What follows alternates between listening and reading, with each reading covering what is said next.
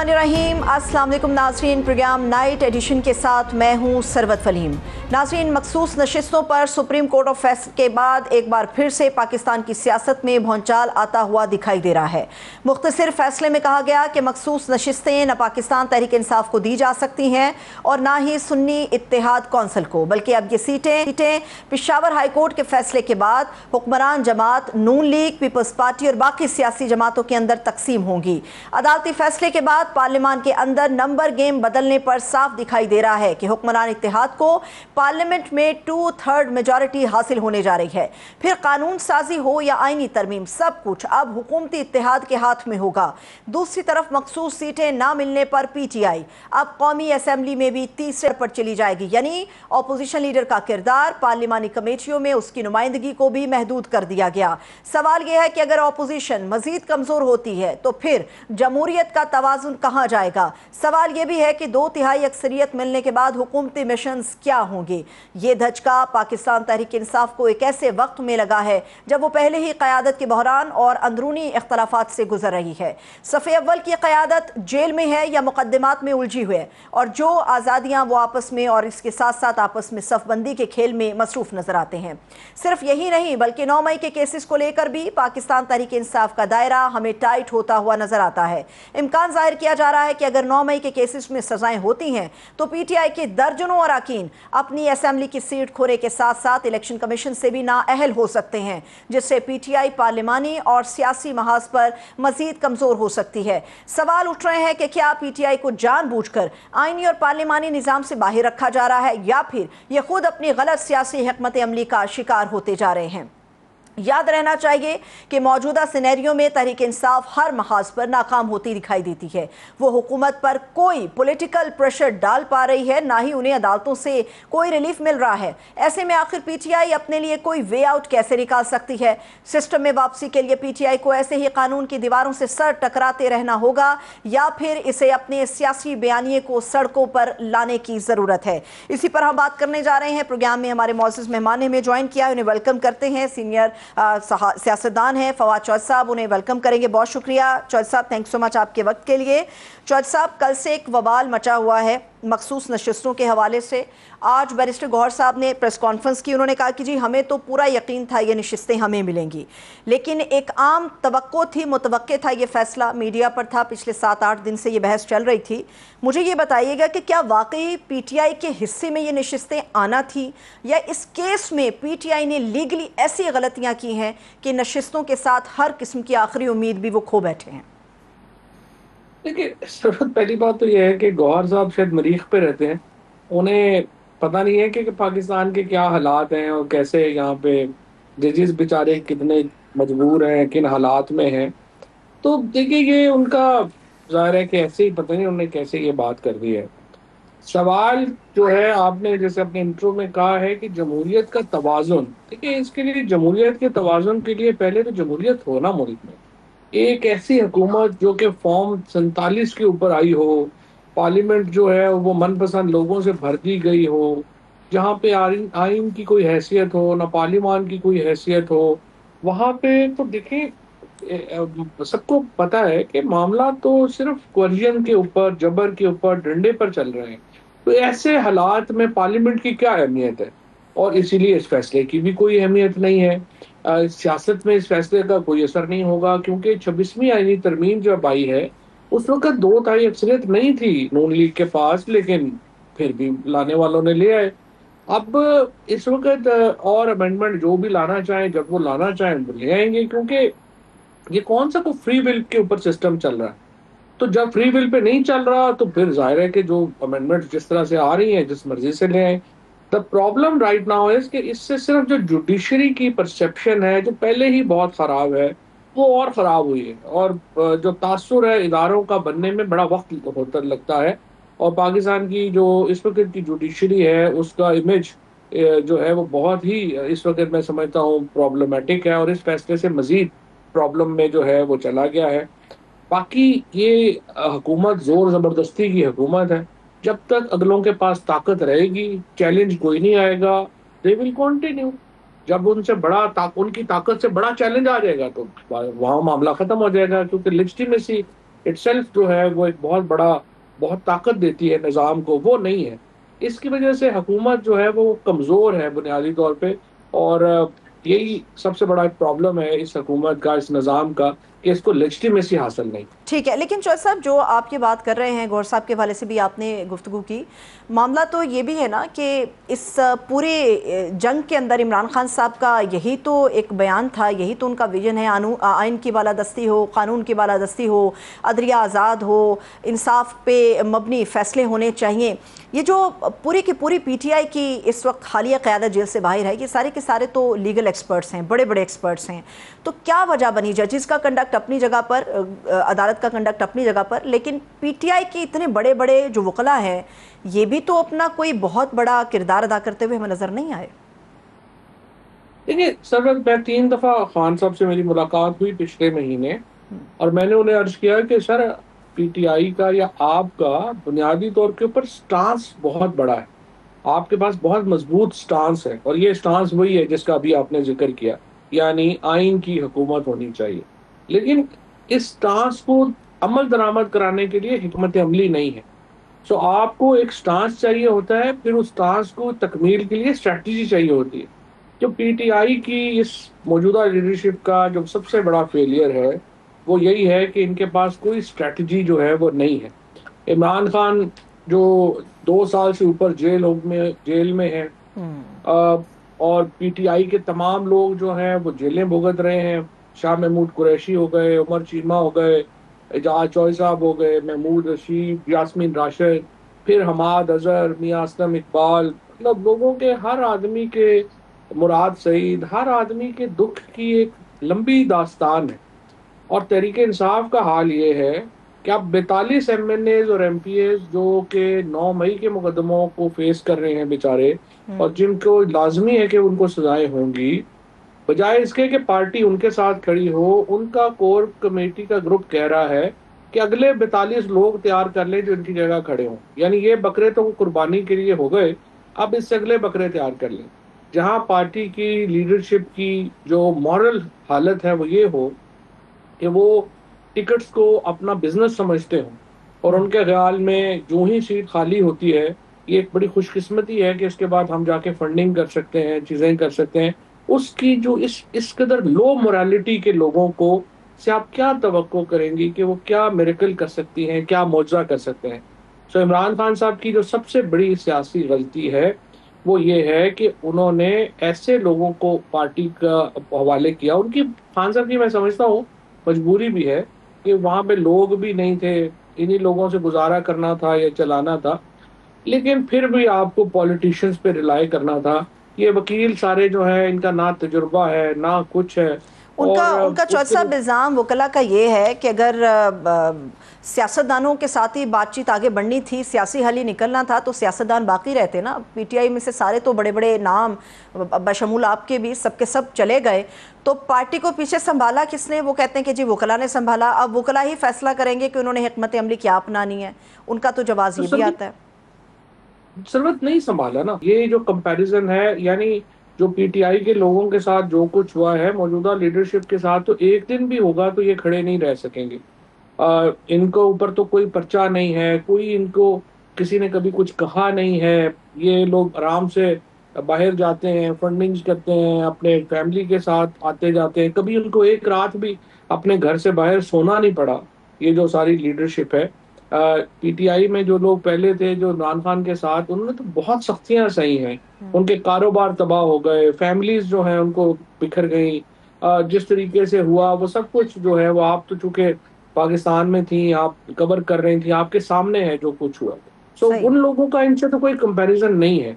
लेकिन दूसरी बात यह है कि ये लोगों के पास कोई स्ट्रेटजी नहीं है। देखें, अब आपको ना आप इंटरनेशनल कोई प्रेशर क्रिएट कर सके, ना आप कोई अंदरूनी तहरीक बना सके, ना आप अलायंस बना सके, तो आपने इमरान खान को जो है वो एक ब्लाइंड कर दिया। यहाँ पे पहले कहा गया जी इमरान खान हमारी, और फिर जो सोशल मीडिया पीटीआई का, ये नहीं हो सकता कि आप पीटीआई की जो पार्टी की जो सियासी हिकमत अमली है वो ट्रोल्स के हवाले कर दें। वो तो देखिए, एक दिन कुछ कहेंगे, अगले दिन कुछ कहेंगे, तीसरे दिन कुछ कहेंगे। बहुत नुकसान पहुंचाया है। पीटीआई ऑफिशियल जो है वो अपने आप को डिस्टेंस नहीं कर सका उस प्रोपेगेंडे से ठीक है। जो पीटीआई के खिलाफ हुआ और इन ट्रोल्स ने किया, फौज के खिलाफ हुआ, पाकिस्तान की रियासत के खिलाफ हुआ। बड़ी नाकामियां हैं उस जमाने में। लेकिन लेकिन चौधरी साहब, ये भी तो बात है ना, जो आप स्ट्रेटेजी की बात कर रहे हैं, स्ट्रेटेजी और क्या अपनाते? सड़कों पर एक दफ़ा नहीं, बीसियों दफ़ा आके पीटीआई ने देख लिया, अदालत में एक दफ़ा नहीं, कहीं 100 से ज़्यादा दफ़ा अदालतों के चक्कर लगा लिए, कहीं पे कोई रिलीफ नहीं है, कहीं से कोई इंसाफ नहीं मिल रहा, कहीं से उनको उनका हक नहीं मिल रहा। ये सारे काम उन्होंने करके देख लिए। आपके नज़दीक स्ट्रेटेजी फिर क्या है? क्या करे फौरी तौर पर? क्या वे आउट है उनके लिए? देखिए, सबसे पहले तो देखिए, हम पॉलिटिशियंस, हम बंदूकें लेके पहाड़ों पे नहीं चढ़ सकते, ना ही हम कोई फिजिकल मुकाबला दे सकते हैं। हम अपने और रास्ता बनाना पॉलिटिशियंस का काम है, आर्ट ऑफ पॉसिबल, इसीलिए पॉलिटिक्स को कहा जाता है।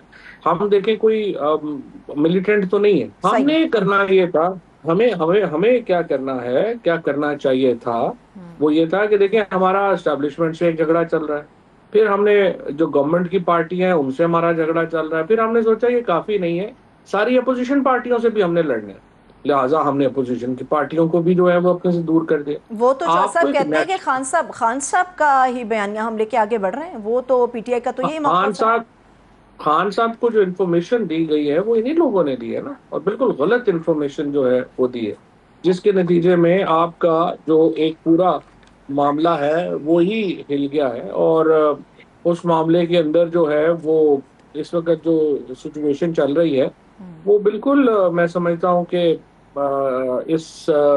इसका कोई हल नहीं है, सिवाय इसके कि आप एक नेशनल अलायंस बनाएं, उस अलायंस से आप आगे जाने की कोशिश करें और उस अलायंस को लेके आप आगे चलें। इसके अलावा तो कोई हल नहीं। अलायंस भी वक्ती तौर पे चौसा बड़ा मुतहरिक नज़र आता है, लेकिन 2-3 हफ्ते के बाद वो बिल्कुल उसकी हवा निकल जाती है। मुझे ये बताइए कि नेशनल असम्बली के अंदर एक जो बड़ा एक गुड जेस्चर के तौर पे देखा जा रहा है, शहबाज शरीफ साहब आए, उन्होंने मुसाफा किया, उन्होंने हाथ मिलाया बैरिस्टर गौहर साहब से भी, और ये भी बात की कि पेशकश तो अभी भी उनकी तरफ से बाकी है। जो पता चल रहा है कि वो बैठ के बात करने के लिए तैयार हैं, और ये कहा भी जा रहा है। अब आप ये बताइए कि पाकिस्तान तहरीक इंसाफ या बैरिस्टर गौहर जिस तरह से लीड कर रहे हैं, क्या उन्हें इस मौके को इसको अवेल कर लेना चाहिए, या फिर मुज़ाहिमत का ही रास्ता एक है? जो खान साहब ने इशारा दिया था कि जी 2-3 हफ्ते के बाद हम एक मूवमेंट दोबारा से शुरू करने जा रहे हैं, क्या करना चाहिए फौरी तौर पे? शहबाज शरीफ साहब को फिलहाल भूल जाए, इनकी कोई कैपेसिटी नहीं है। पहले भी बार बार उन्होंने कहा बात करने का, कुछ करने का, वो उनसे उनकी कैपेसिटी नहीं है ना। फिलहाल जो पीटीआई है उसे अपनी कैपेसिटी के ऊपर जोर देना चाहिए। मेरे ख्याल में तमाम तर फोकस पीटीआई का जेयूआई के साथ अलायंस होना चाहिए, और ये अलायंस एक दफा हो गया और फिर अगर पीटीआई और जेयूआई फैसला करें कि हम रिजाइन करते हैं पार्लियामेंट से, तो फिर देखें इस निज़ाम में बहुत बड़ा एक खला पैदा हो जाएगा। ठीक है। लेकिन आपको तहरीक के लिए भी और आपको पार्लियामान में स्ट्रेटजी के लिए भी मौलाना फजलुर रहमान अपने राइट साइड के ऊपर चाहिए। अगर आप उनको फिलहाल, मेरी नज़र में, अगर आप उनको अपने साथ रख सकते हैं, आप शॉर्ट टर्म में गेम्स हैं आपके, अगर आप नहीं रख सकते तो फिर आप जो मर्जी कर लें। चौधरी साहब, दर्जनों मरतबा तो मौलाना फजलुर रहमान साहब के ड्राइंग रूम में बैठ के पाकिस्तान तहरीक इंसाफ के लोग आए हैं, दर्जनों मरतबा। तो क्यों नहीं मौलाना साहब के साथ कोई अलायंस आगे बढ़ पाता, या कोई उनकी बातचीत आगे नहीं बढ़ती? 100% अलायंस ना होने की जिम्मेदारी पीटीआई की। जब आपने पहले कहा कि हम नून लीग और पीपल्स पार्टी से बात नहीं करेंगे और जेयूआई से करेंगे, फिर आपने देखा कि आप टीवी ऑन करेंगे कि ये बैठे हुए हैं सारे पीपल्स पार्टी, नून लीग, और वो अपने साथियों के साथ बैठे हुए हैं, ये अकेले बैठे हुए हैं।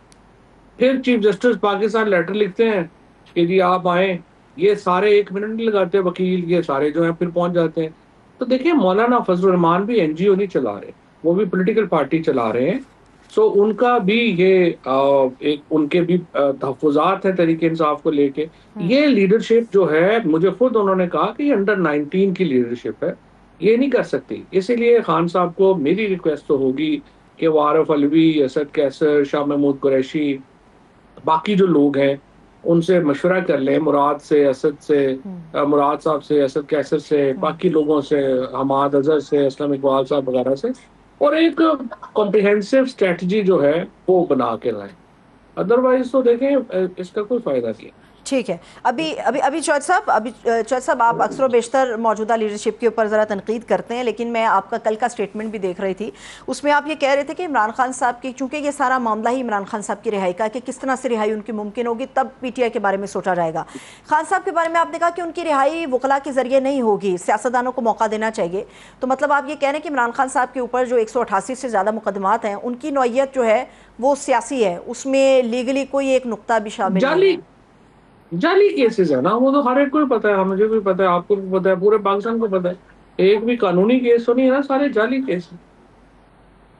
अच्छा, तो फिर इन्हें वजीर आजम साहब के साथ बैठ नहीं जाना चाहिए, बातचीत नहीं करनी चाहिए, अगर सियासी सौ नोयत नहीं है? फीसद 100% बैठना चाहिए, 100% बातचीत करनी चाहिए। लेकिन देखिए, पीटीआई को अकेले नहीं बैठना चाहिए, अपोजिशन को साथ लेके बैठना चाहिए। आप जीडीए को साथ बैठाएं, आप मौलाना को साथ बैठाएं, आप जमात इस्लामी को साथ बैठाएं, आप फकान अब्बासी साहब को साथ बैठाएं। उससे देखिए आपका वजन बढ़ेगा। जब आप इतने ये लोग इस साइड के ऊपर टेबल पे होंगे, हुकूमत के लिए मुश्किल हो जाएगा उनको इनकार करना। सही है। अभी अभी जो सियासतदानों की बात करते हैं चौधरी साहब, तो इसमें उमर अयूब जैसा नाम भी हमें नजर आता है, शिबली फराज साहब भी नजर आते हैं, और भी दीगर ऐसे पुराने चेहरे हैं पीटीआई के जो अभी मौजूद हैं। लेकिन तमाम का एक यकसा एक मौक़िफ़ है, वो ये कहते हैं कि चौधरी साहब बातें बड़ी अच्छी करते हैं, बहुत अच्छे अच्छे मुफीद मशवरे देते हैं पीटीआई के हवाले से, खान साहब की रिहाई के हवाले से, लेकिन मौजूदा लीडरशिप पे जो तनकीद करते हैं फवाद चौधरी साहब, वो इस वजह से करते हैं क्योंकि वो पीटीआई का हिस्सा नहीं है, वो वापसी के लिए रास्ता बनाना चाहते हैं, वो अपनी जगह बनाना चाहते हैं। मैं चाह रही थी कि इस पर ज़रा आपका काउंटर आर्गूमेंट आ जाए। हमें को मौजूदा लीडरशिप ने तो नहीं ना वापस लाना, वो तो इमरान खान ने लाना है। उनको दिल होगा उनका, वो ले आएंगे, नहीं आएगा नहीं लाएंगे। इनकी तो बेचारों का नहीं ना कोई ये लेवल तो नहीं है कि ये मुझे कोई शामिल करेंगे या बाहर करेंगे। जाहिर है इनका लेवल तो नहीं है ना, वो तो हम जाने और खान साहब जाने। सही है। अच्छा चौधरी साहब, मुझे ये भी बताएं, एक चीज़ जो बहुत ज़्यादा इंपॉर्टेंट है मखसूस नशिस्तों के बाद, वो ये है कि आप मुझसे ज़्यादा बाखबर हैं। पाकिस्तान तहरीक इंसाफ के अरकान के हवाले से बात चल रही है, क्योंकि ये वाज़ेह ऑर्डर है कि 9 अगस्त तक फ़ैसला होना चाहिए जो मिलिट्री से रिलेटेड केसेस हैं 9 मई के हवाले से। उसमें कहा जा रहा है कि इन केस, बल्कि ये मुसद्दक़ा ही समझ लें, क्योंकि दावे हो रहे हैं कि पीटीआई के बहुत सारे लोग जो हैं वो नाअहल हो जाएंगे, फारिग हो जाएंगे। अगर ऐसा हो जाता है तो फिर पीटीआई की हैसियत को आप किस तरह से देखते हैं? एक प्रेशर ग्रुप देखेंगे या एक पॉलिटिकल पार्टी ही समझेंगे आप उसे? देखिए, ये तो सबसे पहले फैसल ने पॉइंट आउट किया था कि ये होगा, जी। और वो अब सबके सामने आ रहा है कि ये हो रहा है। हम्म। अब इसमें इशू ये है कि देखें, आपने कोई स्ट्रेटजी नहीं बनाई। अभी आप देखें ना, ये केस जिस तरह से इन्होंने लड़ा है, अगर आप चूंकि उस वक्त अभी आप कवर कर रही थी, आपके सामने है कि जब ये चल रहा था पेनामा का, जी जी। तो पेनामा का इमरान खान साहब सुबह आते थे रोजाना 9 बजे। वो पूरा इसको जो है वो बताते थे क्या करना है। एक मीडिया स्ट्रेटजी बनती थी, लीगल स्ट्रेटजी बनती थी, और एक बड़ा इम्पैक्ट था उस सारे केस का। यहाँ पे वो अकेला हामिद खान, अकेला सलमान राजा जाके जो है वो जजों से लड़ लुड़ के आ गए हैं। भाई, आपने कहा इतने बार प्रेसिडेंट्स हमारे साथ हैं, आपके साथ एक बाहर जो है वो कोई जूनियर वकील भी साथ आपके बाहर नहीं खड़ा हुआ। तो देखें, ये पॉलिटिक्स में तो सारी जो है वो अल्फाजी की इम्पोर्टेंस अपनी जगह पे है, एक्शंस की अपनी जगह पे है, प्लानिंग की अपनी जगह पे है, मीडिया परसेप्शन बनाना आपने जो है वो बनाना था। तो अनफॉर्चुनेटली इनको कुछ पता नहीं है, ये तो बिल्कुल नोविसेस हैं, पॉलिटिकल नोविसेस हैं, इनको कुछ पता नहीं। ये जो आपने परसेप्शन की बात की चौधरी साहब, तो परसेप्शन तो एक ये भी है कि इमरान खान साहब माइनस हो गए हैं, परसेप्शन तो ये भी चल रहा है। ये तो ऐसे ही हलीमा बीबी ने कह दिया बात, वो तो चले को मास्टर ऑफ वर्ड्स नहीं है। माइनस मतलब किससे माइनस होना है आपके ख्याल में? पीटीआई जो है वो वोट उसका है या इमरान खान का वोट है? आज इमरान खान जमात इस्लामी के हेड होंगे, सारा वोट उधर होगा। वो आईपीपी के हेड होंगे, उधर होगा। पीटीआई ऑलरेडी माइनस हो चुकी है। तो पीटीआई में ये जो सारे लोग अभी आपको नजर आ रहे हैं, ये क्या काउंसलर भी बन सकते हैं इमरान खान के बगैर? तो इमरान खान कैसे माइनस होंगे? लोग इमरान खान के साथ है, और तो वो बंदा जिसके साथ लोग हैं वो कैसे माइनस हो? लेकिन जो फैसले चौधरी साहब हो रहे हैं वो तो इमरान खान साहब की मर्जी के बगैर हो रहे हैं। इन फैसलों का क्या है? ये 6 महीने, 8 महीने, साल हो जाएगा, तो इससे ज्यादा कैसे? देखिए ना, जिस हुकूमत की लेजिटिमेसी नहीं है, जिस सिस्टम की बुनियाद नहीं है, वो कितनी देर चल जाएगा? एक आखिरी सवाल, फिर मुझे ब्रेक की तरफ जाना है। जज साहब, मुझे ये बताइएगा, ये जो सवात का बहुत बड़ा इंसिडेंट हो गया और हर दिल दुख से भरा हुआ है इस वक्त पाकिस्तान में, हर शहरी जो सवात के मामलात को देख रहा है वो तकलीफ़ के अंदर है। आज अता तारड़ साहब ने, जो वफाकी वज़ीर इत्तलात हैं, उन्होंने कहा है और गवर्नर KPK ने भी कहा है, उन्होंने कहा है कि जी इस्तीफ़ा जो है अली अमीन गंडापुर साहब को फ़ौरन देना चाहिए इसके ऊपर। तो आप भी समझते हैं कि इस इस्तीफ़े की जगह जो है वो अली अमीन गंडापुर साहब का नाम होना चाहिए था? मेरे ख्याल में इस बात के ऊपर तो शायद हादसा तो कहीं पे भी हो सकता है। बाकी सूबों में, पंजाब में, सिंध में क्या हालात हैं आपके सामने ही है। ये तो सूबाई एक स्ट्रक्चरल इशू है। सूबों में कोई जो है वो नहीं है, ये सलाहियत ही नहीं है कि वो सर्विसेज दे सकें। सिंध में भी, पंजाब में आपको याद होगा कि वो बच्चे जो है वो बेचारे जब गैस ऑक्सीजन खत्म हो गई थी और वो वहाँ पे जो है उनका बहुत सारे बच्चे जो है उनको बेचारे जान से चले गए थे। सही। तो सिंध में ऐसे हादसे होते हैं। ये इशू नहीं है। इशू ये है कि अली अमीन को बिल्कुल इस्तीफा देना चाहिए, बट उसको इस्तीफा देना चाहिए कि जिस वादे के ऊपर KP गवर्नमेंट बनाई गई थी इमरान खान को बाहर लाने के, वो वादा पूरा नहीं हो सका। बहुत और बहुत 2 शुक्रिया। साल और बहुत 2 साल शुक्रिया। बाद भी नहीं हो सका। बहुत शुक्रिया, thanks so much. Fawad Chaudhry साहब हमारे साथ मौजूद थे। एक छोटा सा ब्रेक लेते हैं, जब हम ब्रेक से वापस आएंगे, चूंकि सवात के हवाले से गुफ्तगू कर रहे हैं तो सवात के इंसिडेंट के हवाले से मजीद बात करेंगे। हमारे साथ रहिए।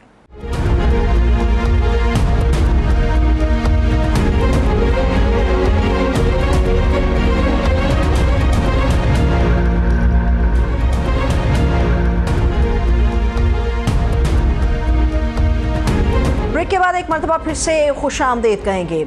नाजरीन, मखसूस सीटों पर सुप्रीम कोर्ट के फैसले से PTI अभी संभल नहीं पाई थी कि स्पीकर पंजाब असम्बली ने पाकिस्तान तहरीक इंसाफ को एक और झटका दे दिया।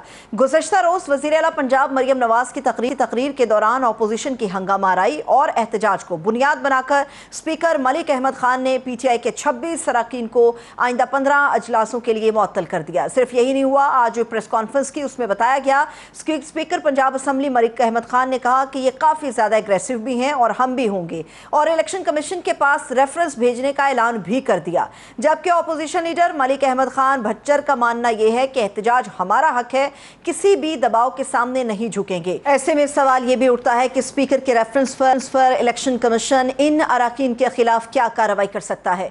दूसरी तरफ सवात वाक़े को लेकर भी पाकिस्तान तहरीक इंसाफ की खैबर पख्तूनख्वा की हुकूमत पर बेतहाशा तनकीद हो रही है। सवाल उठ रहे हैं कि जब 18 लोग डूब रहे थे तब सूबाई हुकूमत क्या कर रही थी। ऐसे में असल हैरानगी वाली बात तो पाकिस्तान तहरीक इंसाफ का मौक़िफ़ है। गुज़श्ता रोज़ जब अली अमीन गंडापुर से सैलाबी सूरत हाल पर सवाल पूछा गया तो कहते हैं कि मैंने कौन सा चप्पू चलाना है, और आज यही सवाल चेयरमैन PTI बैरिस्टर गौहर के सामने भी रखा गया तो वो बोले कि ये जिम्मेदारी तो NDMA की है। सवाल यहाँ पर यह भी उठता है कि KPK में PTI की ये तीसरी हुकूमत है। सियाहत इमरान खान साहब का विजन रहा है, तो फिर भी सूबाई हुकूमत सूबे में सयाहों को तहफ़्फ़ुज़ देने में क्यों नाकाम रही है। इसी पर बात करने के लिए हमारे साथ माहिर कानून और सीनियर रहनुमा है पाकिस्तान तहरीक इंसाफ के अज़हर सदीक़ साहब, वो मौजूद हैं। अज़हर साहब, बेहद शुक्रिया आपके वक्त के लिए, thank you so much. Swat के वाक़े पर हम बात करेंगे, लेकिन उससे पहले जो मेरा एक और बड़ा अहम सवाल है आपसे, वो ये कि मलिक अहमद खान साहब ने ये जो एक गैर जानिबदार स्पीकर की हैसियत से कार्रवाई का आगाज़ किया है पाकिस्तान तहरीक इंसाफ के मेंबरान के खिलाफ, बेहतर नहीं था कि अगर CM को करने देते स्पीच, उसके बाद अपना एहतजाज रिकॉर्ड करा देते, तो क्या ये अच्छा होता? बहुत शुक्रिया जी। पहली तो बात बताता चलूं कि स्पीकर का काम है कि गैर जानबदार होना, किसी पार्टी की फेवर ना करना। हम बतौर लीगल टीम हम अभी बहरहाल अपनी वर्किंग कर रहे हैं और इनके खिलाफ रेफरेंस फाइल करने के लिए कि ये एक जानबदार स्पीकर है। और देखिए, अभी तो एक आपका चीज सामने नहीं आई है, वो मेरे तक शेयर किया उन्होंने कहा जी को माइक भी तोड़े हैं। अब वो माइक के तोड़े, अब ना कोई एविडेंस है ना कोई चीज है। बाकी 26 अरकान को मुअत्तल किया, ये भी इख्तियार नहीं था उनका। उन्होंने वन साइडेडली अपने तौर पर बैठकर मुअत्तल कर दिया हुआ है। हम इन सारे मामला को एक तो स्पीकर के सामने एजुटेशनल, जो पार्लियामेंट्री पार्टी फैसला करेगी, लेकिन हम बाकायदा इसका जो नोटिस वगैरह जारी किए हैं उनके बाकायदा उनको जवाब देंगे और बाकायदा कानूनी पोजीशन लेंगे, और जरूरत पड़ी तो हो सकता है इसको चैलेंज भी करेंगे। और इन्होंने क्या जाना है इलेक्शन कमीशन के सामने, यानी और बड़ी कमाल की बात है, बंदा पूछे जरा किस कानून के तहत इलेक्शन कमीशन ने जाना है। 62 और 63 2 आर्टिकल्स है जिसके तहत जो है नाहल किया जा सकता है। यानी इस बुनियाद पे नाहली, मैं भी हैरान हो रहा हूँ। हालांकि वकील है, वो 1000 बार सोचे यार ये क्या बात कर रहे हैं, नेशनल TV चैनल पे बैठकर आप बात कर रहे हैं, कोई ऐसी बात तो मत करें ना। यानी क्या करना चाहते हैं वो बुनियादी तौर पर यही चाहती है अपना गलियां हो जनसूनियां ते कल्ला बेचारा है फिरे, यानी वो चाहते हैं कि किसी तरह से भी ना। मलिक अहमद खान साहब कस्टोडियन है, उनका इख्तियार है उनके पास ये कि वो मेंबरान को मुअत्तल कर सकते हैं या इजलासों के लिए रोक सकते हैं, तो इसमें कौन सी पेचीदगी है ऐसी? ना हम क्या अभी इख्तियार में, अगर इख्तियार आपको दिया है तो आप कहें जनाब सांस लेने पे पाबंदी हो जाएगी, बोलने पे पाबंदी हो जाएगी। आर्टिकल 1919 और कमाल की बात आपको बताऊं, आर्टिकल 68 और 69 तो पढ़े नहीं शायद उन्होंने। आप पार्लियामेंट के अंदर बैठे या इवन आप जजेस के कंडक्ट के बारे में बात कर सकते हैं, बाकी सब लोग, और उसके अगेंस्ट आपके कोई कार्रवाई नहीं हो सकती, कोई पर्चा दर्ज नहीं हो सकता आपके खिलाफ। ये भी बताना चलूं आपको, यानी अगर मुकद्दस की बात करते हैं, अगर जमहूरियत की बात करते हैं, तो जमहूरी रवायात उन्हें सीखनी चाहिए। इससे पहले मैं, अगर आपको याद हो तारीखी तरफ बताना चलूं, सदर आसफ अली जरदारी साहब थे, उन्होंने बाकायदा जो है ना एक पार्टी ओहदा भी रखा हुआ था, तो उनके अगेंस्ट बाकायदा पाकिस्तान लॉयर्स फोरम की जजमेंट मौजूद है कि सदर वगैरह ये जितने ओहदेदार हैं ये बिल्कुल यानी नॉन पार्टीजन होने चाहिए। ये तो पार्टीजन तो बड़ी वाज़ेह तौर पर आ गया, जिस तरह बैठकर पार्टी को डिफेंड कर रहे होते हैं, पार्टी की तारीफें चल रही होती है, तो कोई डाउट रह नहीं गया। अभी पंजाब असम्बली का मामला तो अपनी जगह पर चल रहा है, लेकिन जो सवात का इंसिडेंट हुआ है, जो सानिया हुआ है, उस पर तो पीटीआई के बारे में आ रहा है कि भाई पीटीआई को शर्म करनी चाहिए, लोग इस्तीफों की बात कर रहे हैं। मुझे आप बताइए, चूंकि आप पीटीआई को रिप्रेजेंट भी करते हैं, इस सानहे का आप जिम्मेदार किसको समझते हैं? देखिए, मैं बड़ी सी बात आपके सामने बता दूंगा। पहली तो बात है कि और प्रेस कॉन्फ्रेंस करते हुए बड़ा दुख और अफसोस का सानिया मुस्कुराते फिर रहे थे बैरिस्टर दानियाल और अता तारड़ साहब। असूली तौर के ऊपर तो ये कोताही है, इसमें मैं ये कहूँ कि कोताही नहीं है, कोताही इंतजामिया की है, सियासतदानों की कोताही नहीं है, इंतजामिया की कोताही है। इंतजामिया किसके अंदर आती है अजहर साहब? इंतजामिया किसके मातहत है?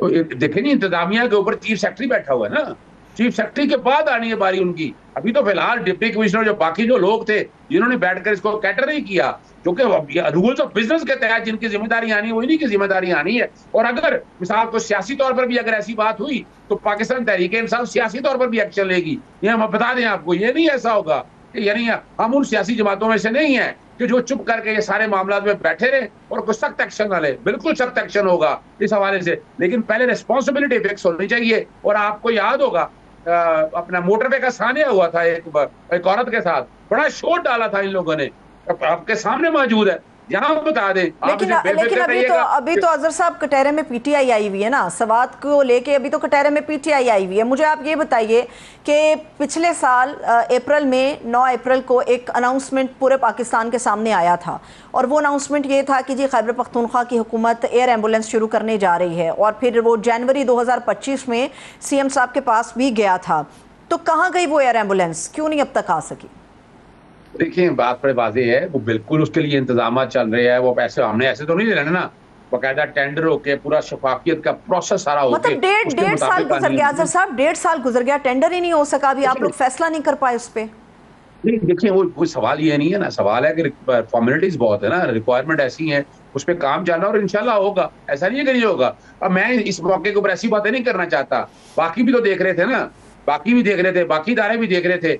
और ये जो कि प्रोविंशियल डिजास्टर मैनेजमेंट अथॉरिटी और नेशनल डिजास्टर मैनेजमेंट अथॉरिटी के जिम्मे आता है, उनका काम है सारे मामला में देखना, तो उन्हें भी अपने तय करना चाहिए। इंशाल्लाह मैं रिक्वेस्ट करूंगा कि एयर एम्बुलेंस वगैरह, ये बाकी जितनी भी चीजें हैं, हेलीकॉप्टर वगैरह, इस तरह की जितनी भी पॉसिबिलिटी हो सकती है, इससे हमें सीखना चाहिए। हमें बाकायदा आइंदा से ऐसा सानिया ना हो। 12 साल से पीटीआई की गवर्नमेंट है अजहर साहब, लास्टली पूछ रही हूँ, 12 साल से पीटीआई की गवर्नमेंट है, अभी भी आपको लगता है कि सीखना चाहिए? हालांकि टूरिज्म को फरोग देने का विजन इमरान खान साहब का है, और सबसे ज्यादा केपीके के अंदर टूरिज्म है, और सबसे ज्यादा जो कुदरती आफात हैं वो भी हमें पता है केपीके में आती हैं। तो 12 साल में कोई इंतजामात नहीं हो सके इस तरह के? देखिए, एक बात मैं आपके सामने रख दूं, बिल्कुल हुए इंतजाम। केपीके की हालत देखे, मैं खुद जाता हूँ, मैं नॉर्दर्न एरिया में जाता हूँ, सड़कों की हालत देखे, होटल की देखे, एजुकेशन की देखे, तालीम की देखे, सेहत की देखे, बहुत इंप्रूवमेंट है। वरना ये तो देखे ना, ये जो हुकूमतें बैठी हैं पीपल्स पार्टी वगैरह, ये कब से आ रही है? 1947 से ये इक़्तिदार के ऊपर है। इन्होंने क्या कर लिया? इन्होंने मुल्क का सत्यानाश कर दिया है बैठकर। आज पंजाब की हालत देखे तो सही ना, जाके हाल क्या हुआ है, लेकिन क्या हुआ? बेशक आप ठीक बात कर रहे हैं, बेशक आप ठीक बात कर रहे हैं अजहर साहब, लेकिन हर एक अपनी कारकर्दगी के लिए जवाबदेह है। कल को पंजाब हुकूमत का नुमाइंदा बैठेगा तो वो अपनी कारकर्दगी के लिए जवाबदेह है। आज पीटीआई की बात है तो पीटीआई को जवाब देना पड़ेगा। ये नहीं हो सकता कि हम अपना मलबा एक दूसरे के ऊपर फेंकते रहें। बहुत शुक्रिया, thanks so much. Azhar Sadiq साहब हमारे साथ मौजूद थे। अभी एक छोटा सा ब्रेक लेते हैं, ब्रेक से वापस आएंगे, बढ़ेंगे आगे, हमारे साथ रहिए। ब्रेक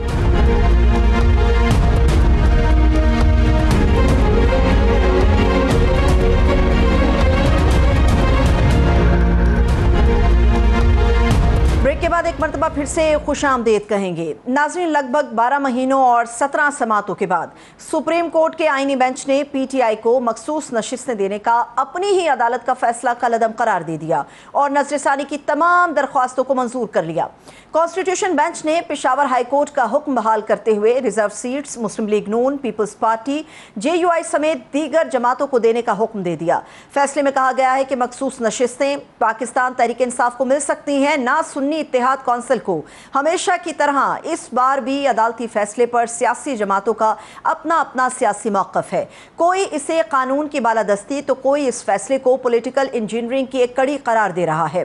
केस का बैकग्राउंड क्या है? ये बताता है कि 12 जुलाई 2024 को सुप्रीम कोर्ट के 13 रुकनी बेंच ने 5 के मुकाबले में 8 की अक्सरियत से पीटीआई के हक में फैसला सुनाया था, जिसको हुकूमती इत्तेहाद और इलेक्शन कमीशन ने चैलेंज कर दिया था। फिर जब यह मामला 13 रुकनी आईनी बेंच के सामने आया तो 6 मई को जस्टिस आयशा मलिक और जस्टिस अकील अब्बासी ने खुद को इस बेंच से अलग करते हुए रिव्यू पिटीशन को खारिज कर दिया और कहा कि वो पहले ही इस बारे में अपना फैसला दे चुके हैं। गुज़िश्ता रोज वकील हामिद खान के एतराज़ के बाद जस्टिस सलाहुद्दीन ने भी खुद को इस बेंच से अलग कर लिया था, जिसके बाद 10 रुकनी बेंच ने अपने दलाइल मुकम्मल होने पर यह फैसला महफूज सुना दिया। एतराज़ उठ रहा है कि अगर एक जज बेंच से निकल जाए तो बेंच टूटने की बजाय समाअत कैसे जारी रख सकता है। दूसरा एतराज़ ये भी सामने आता है कि सुप्रीम कोर्ट के 8 जजिस के फैसले को आईनी बेंच के 7 जजिस कैसे कलअदम करार दे सकते हैं। तीसरा एतराज़ ये उठता है कि नजरसानी दरख्वास्तें तो सिर्फ वही जजिस सुन सकते हैं जिन्होंने पहले इस केस को सुना हो, मगर इस 13 रुकनी बेंच में तो सिर्फ 4 जजिस ही पुराने थे। उनमें से भी 2 ने इब्तदाई समाअत पर खुद को इस केस से अलग कर लिया, तो फिर साथी जजिस किस तरह नजरसानी में यह फैसला तब्दील कर सकते हैं। पीटीआई के सीनियर वकील हामिद खान तो आईनी बेंच के फैसले को गैर आईनी करार दे चुके हैं। हामिद खान का यह भी मानना है कि असली केस सुनने वाले जजिस की तादाद से कम जजिस नजरसानी नहीं सुन सकते। सवाल यह है कि 13 जजिस के फैसले पर क्या 10 जजिस रिव्यू पिटीशन को सुन सकते थे? आइन एक है, कानून एक है, तो एक ही कानूनी फैसले पर कानूनी माहिरीन की राय आखिर मुख्तलिफ क्यों है? इसी पर बात करने जा रहे हैं। इस वक्त स्टूडियोज में हमारे मौजूद मेहमान मौजूद है माहिर कानून हाफिज एहसान साहब, उनसे बात करते हैं। बहुत शुक्रिया हाफिज साहब आपके वक्त के लिए। हाफिज साहब, मुझे ये बताइएगा कि मखसूस नशिस्तों का जो फैसला आया है, आपके ख्याल में वो कितना फेयर है, या आप भी समझते हैं कि एक बड़ा तबका पाकिस्तान के अंदर इस फैसले को समझता है कि ये मुतनाज़ है? आपकी राय क्या है? बिस्मिल्लाहिर्रहमानिर्रहीम। Sarwat, thank you so much और my best wishes for your new programme ji. Thank you. अब उसके अंदर ये है कि अगर आप इस सारी सिचुएशंस को देखें, इलेक्शन कमीशन के फैसले से लेके पाकिस्तान की सुप्रीम कोर्ट का जो अभी कल फैसला आया है, तो तकरीबन 17 के करीब फैसले जो हैं इस रिज़र्व सीट्स के ऊपर आए हैं और 17 के अंदर सिर्फ एक फ़ैसला ऐसा है जो 12 जुलाई 2024 का आया, जिसकी डिटेल जजमेंट 23 जुलाई की आई, कि जिसके अंदर उन्होंने पीटीआई को कहा कि जी आप एंटाइटल हैं और उन्हें रिज़र्व सीट्स मिलनी चाहिए। ये एक सुप्रीम कोर्ट का 8-5 से फैसला आया। सही।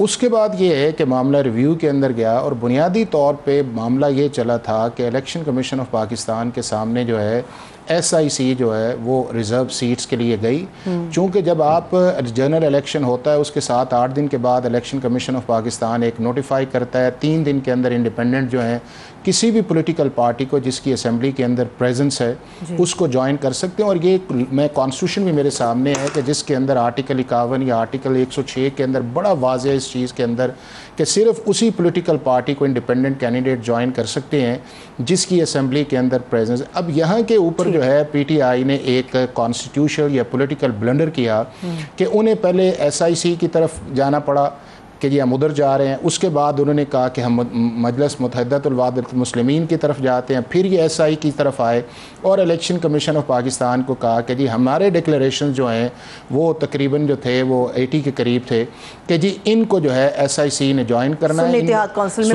काउंसिल ने, और उसके मुताबिक जो है आप इनका डिक्लेरेशन दें और रिजर्व सीट से।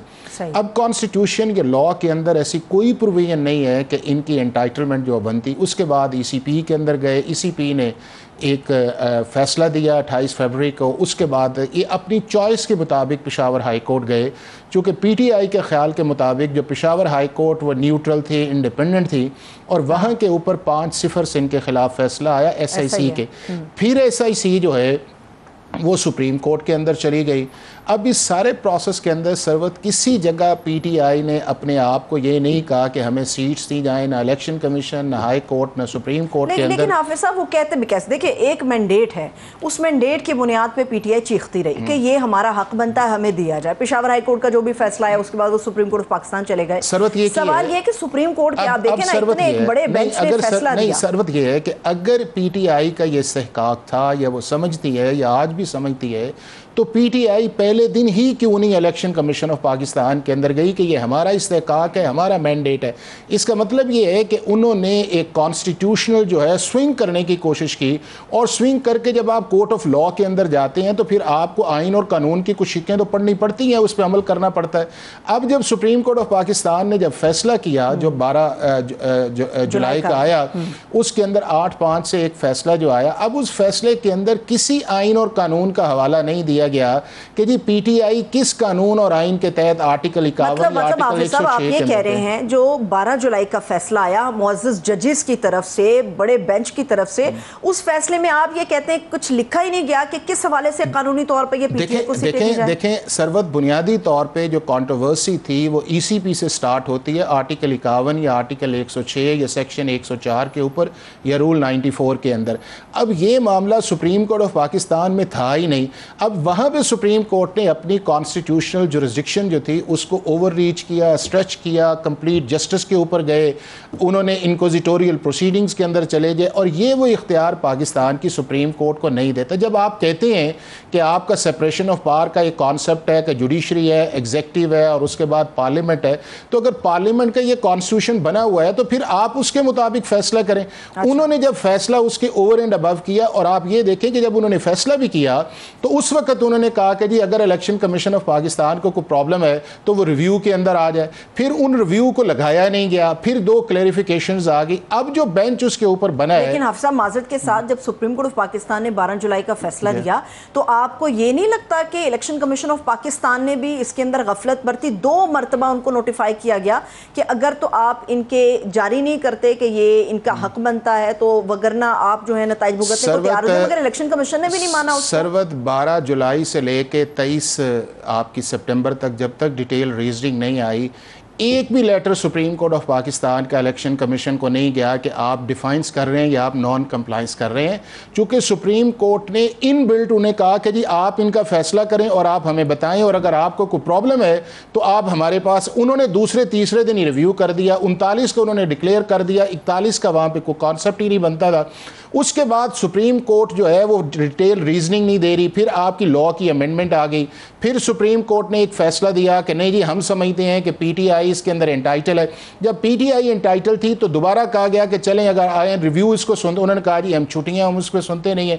और वो भी जो फैसला आपको 8-5 से नज़र आया वो सिर्फ एक ही बुनियाद थी कि जी हम इस मुल्क के अंदर पॉलिटिकल जस्टिस या इलेक्टोरल जस्टिस जो है वो करना चाह रहे हैं कि जी आर्टिकल 17(2) के अंदर भाई अगर राइट ऑफ वोट आपने मानना है तो उसके बाद जिन लोगों को वोट आपने दिया उनका ये काम नहीं था कि उस राइट ऑफ वोट को कॉन्स्टिट्यूशनली या लीगली ट्रांसलेट करने की कोशिश करते। दूसरा ये है कि क्या बड़े बड़े वकला हैं, तो यही तो प्रॉब्लम आई है ना जी। देखें तो कैसे कोई वो कानूनी नुक्ता जो है देखें सरवत ये है कि अभी भी जो आपको 4-5-6 दिन बहस नजर आई थी वो कॉन्स्टिट्यूशनल जस्टिस की नहीं आई थी, वो पॉलिटिकल जस्टिस की आई थी, वो इलेक्टोरल जस्टिस पे आई थी। और पॉलिटिकल इलेक्टोरल जस्टिस जो है उसकी भी तो कोई बैकिंग होनी चाहिए ना। और उन्होंने कहा जी कि ढूंढे वो बंदे कौन है जिन्होंने ये फैसला किया। अब ये मिक्सअप करते हैं कि जी 13 जनवरी को जो हमारी पोजीशन थी उसकी वजह एक बना भी 13 जनवरी एक इंडिपेंडेंट था कि जिसके अंदर आपको इलेक्शन सिंबल नहीं मिला, लेकिन 8 फरवरी के बाद जो है वो तो आपका फैसला था। कहानी तो वहीं से शुरू नहीं, मैं आपको एक गुजारिश कर रहा हूं। तो जहां तक लड़ाई सर्वत चीज ये है कि अगर देखें मैं आप इनका जो इंट्रा पार्टी का इशू था 2019 से इलेक्शन कमीशन ऑफ पाकिस्तान में चल रहा था।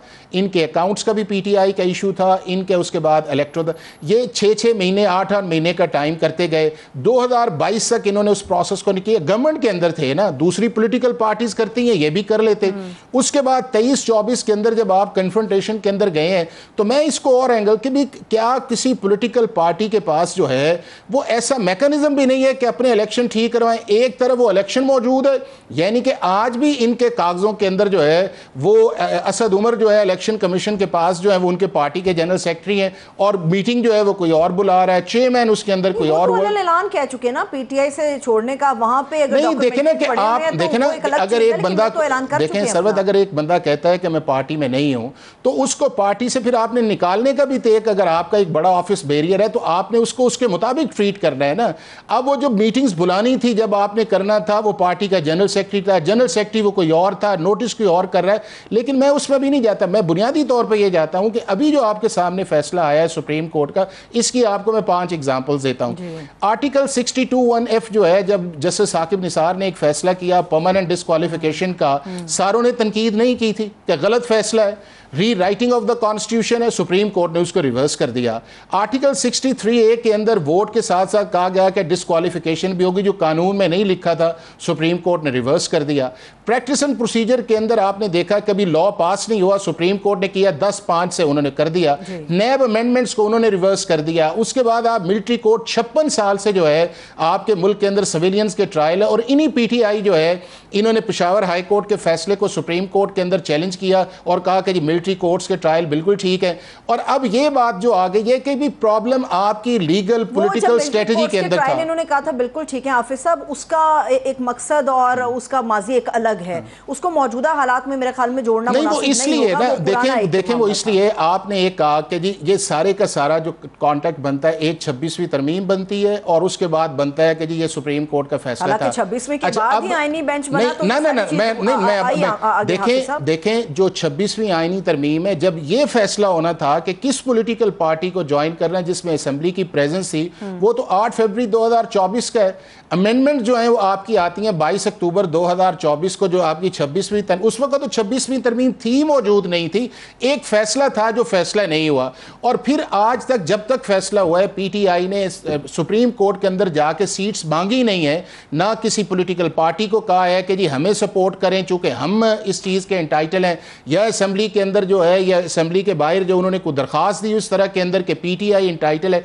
तो अगर वो चीज़ें सुप्रीम कोर्ट ने एक्सीड किया उस चीज़ के अंदर और बर्डन फिर डाल दिया जाता है सुप्रीम कोर्ट के अंदर जो है, तो फिर अगर ये बात सरवत मान ली जाए कि सुप्रीम कोर्ट कंप्लीट जस्टिस के नाम पे करेगी, तो फिर ठीक है, और भी फैसले जितने आए, अगर ये फैसले जुल्फकार अली भुट्टो का आपके सामने नहीं आया, 46 साल बाद सुप्रीम कोर्ट ने रिवर्स किया अपने ही फैसले को रिवर्स किया। और अभी भी आप देखें कि 12 मेंबर्स बेंच था, इसमें से 9-3 से फैसला है, 9 यानी कि 7 एक हुए, 2 ने अपने आप को रिवर्स किया और कहा कि जी इलेक्शन कमीशन को भिजवाएं, 10वें को आपने रिक्यूजल की तरफ ले गए, 2 ने उसको डिसमिस किया, यानी कि 9-2 से फैसला आया।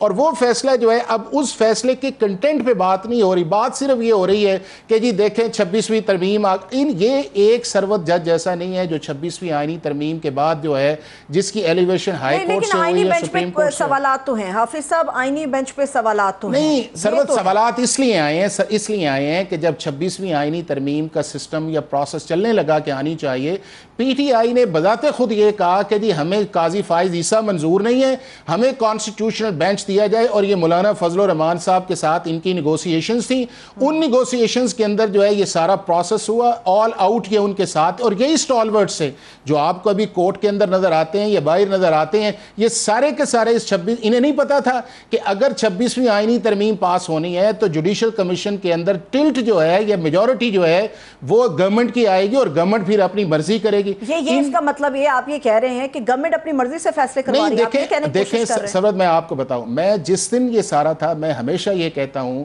कि कॉन्स्टिट्यूशनल कोर्ट की तरफ हमें जाना चाहिए ताकि लोगों को इंसाफ मिले। ये पॉलिटिकल और ये इस तरह के गवर्नमेंट के जो मामलात हैं वो एक तरफ जाएं। अब ये है कि जब 26वीं आईनी तरमीम के अंदर कॉन्स्टिट्यूशनल कोर्ट की तरफ आप नहीं गए, तो फिर ये है कि फिर आपके मुल्क में एक पॉलिटिकल या कॉन्स्टिट्यूशनल क्राइसिस तो था ना जी।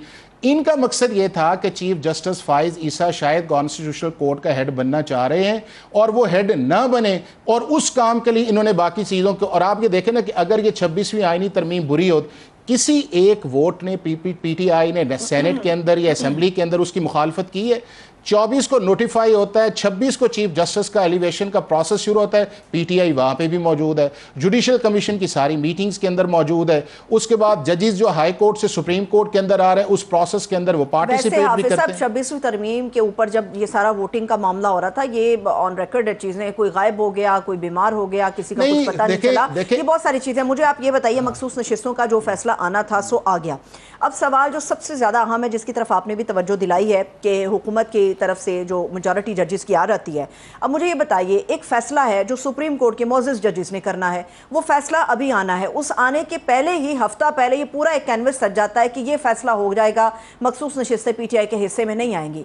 ये जब इस किस्म के तवक्कुआत डेवलप हो जाए कि ये जजेस ये फैसला देंगे, तो फिर आइन कहाँ गया, कानून कहाँ गया? वो इंसाफ के लिए जो सुप्रीम कोर्ट की इमारत की तरफ लोग देखते हैं, तो क्या वो आंखें बंद कर लें, मूंद लें अपनी आंखें? सर, मैं आपको चीज़ बताऊं कि ये जो मैकेनिज्म इस वक्त कॉन्स्टिट्यूशनल बेंच का, जिसके अंदर गवर्नमेंट की मेजॉरिटी बनी हुई है, ये वाइबल भी नहीं है, डूएबल भी नहीं है और पब्लिक ट्रस्ट के अंदर भी नहीं आएगा। क्योंकि बुनियादी चीज़ ये है कि गवर्नमेंट का कोई काम नहीं है कि जजेस को किसको बेंच में होना चाहिए, किसको नहीं होना चाहिए, को केस को लगना चाहिए नहीं लगना चाहिए।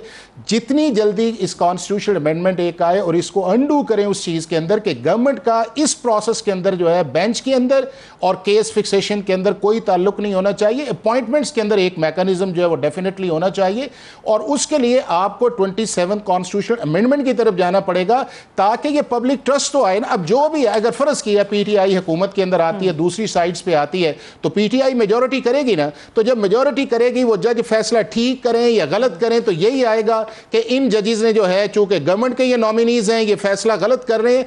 इस परसेप्शन को बदलना चाहिए और हमें अपने सिस्टम की मेजर जो है ओवरऑलिंग करनी चाहिए, डिस्ट्रिक्ट से लेके हाई कोर्ट से लेके सुप्रीम कोर्ट। लेकिन बुनियादी तौर पे चीज है, उसके साथ साथ जो है हमारे इन पॉलिटिकल पार्टीज को इनकी पॉलिटिकल या लीगल स्ट्रेटजी के अंदर भी वो एक्यूमेन आना चाहिए कि जिसके अंदर ये फैसले कर क्या रहे हैं और उन फैसलों को कौन से। हाफिज साहब, एक आखिरी सवाल है, वक्त मेरे पास बिल्कुल खत्म होना है, महदूद है। एक आखिरी सवाल ये है कि आपने पब्लिक ट्रस्ट की बात की। पब्लिक ट्रस्ट तो तब डेवलप होगा ना जब कानून के मुताबिक चीज़ें चलेंगी। अदालत का एक वाज़ेह असूल है, बड़ा वाज़ेह असूल है, आप मुझसे बेहतर समझते हैं कि जब एक बेंच के सामने केस लगा हुआ है तो उसकी नजरसानी भी वही बेंच सुन सकता है। ये अदालत का एक वाज़ेह असूल है।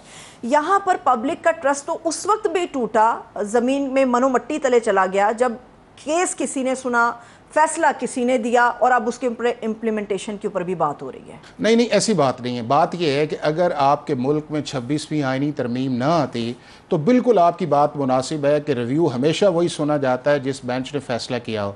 लेकिन जब आपने 26वीं आईनी तरमीम ले आई और आर्टिकल 191(3) के नीचे आपने बेंच बना दिया, तो सारे रिव्यू जब उधर ट्रांसफ़र कर दिया गया तो फिर आपको अच्छा लगे या ना अच्छा लगे, इस वक्त 26वीं आईनी तरमीम का ये सारा प्रोसेस जो है वो कानून आइन का हिस्सा है, और जब तक ये हिस्सा है ये इस तरह चलेगा। लेकिन ये इस तरह चीज़ें चलने से मैं समझता ये हूँ कि इन सारों को बैठ के फैसला कर लेना चाहिए कि क्या हमें इसी तरह की सुप्रीम कोर्ट चाहिए या हमें ऐसी सुप्रीम कोर्ट चाहिए कि जिसके अंदर पब्लिक ट्रस्ट भी हो, ट्रांसपेरेंसी भी हो, अपॉइंटमेंट भी हो, जुडिशियल फैसले भी उसके अंदर आए, कॉन्स्टिट्यूशन लिमिट्स के अंदर भी आए, और उसके लिए फिर क्या मैकेनिज्म जो है वो चाहिए ताकि पाकिस्तान के आम आदमी को तो फायदा पहुंचे। अब 26वीं आईनी तरमीम का झगड़ा जो है, पार्लियामेंट ने अपनी पार ले ली, गवर्नमेंट अपने लेवल पे स्ट्रेंथन हो गई, गरीब आदमी तो वही सड़ मर रहा है कि उसका जो है 10-10 साल 15-15 साल से केस डिस्ट्रिक्ट, हाई कोर्ट और सुप्रीम कोर्ट में पड़े हुए हैं। लेकिन एक मैं फाइनली चीज कहना चाहूंगा कि ये जो चीज सुप्रीम कोर्ट ने अभी अपने फैसले के अंदर जो कल 27 जून वाला आया है, इसके अंदर जो अपनी कॉन्स्टिट्यूशनल ओवर रीच या कॉन्स्टिट्यूशनल डेविएशन या constitutional rewriting of the constitution थी, मेरा ख्याल है कि सुप्रीम कोर्ट ने उसको एड्रेस करके अपने आप को कॉन्स्टिट्यूशन लिमिट्स के अंदर लेके आए हैं, और मेरा ख्याल है कि ये एक अच्छी चीज है। बहुत शुक्रिया, थैंक यू सो मच। हाफिज एहसान साहब हमारे साथ मौजूद थे। इसके साथ ही मैं इजाजत दीजिए, अपना बहुत सा ख्याल रखिए। खुदा हाफिज।